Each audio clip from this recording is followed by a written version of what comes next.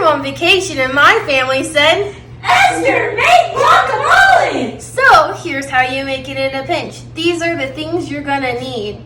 Some garlic salt, some sour cream, some avocados, 2 preferably, a bowl, utensils, and some fixins to dip it in.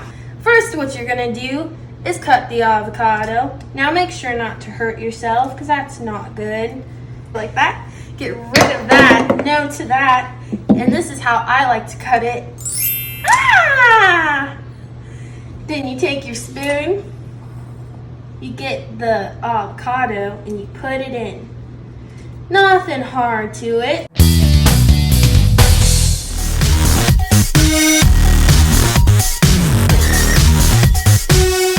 Now what you're gonna do is grab a little bit of sour cream, add a little bit in there, as much as you prefer. Then you're gonna add a little bit of garlic salt. Then you're gonna grab your fork and you're gonna mash it all together, just till it has a good consistency. Now, for the final product. We look pretty good at a good consistency right here.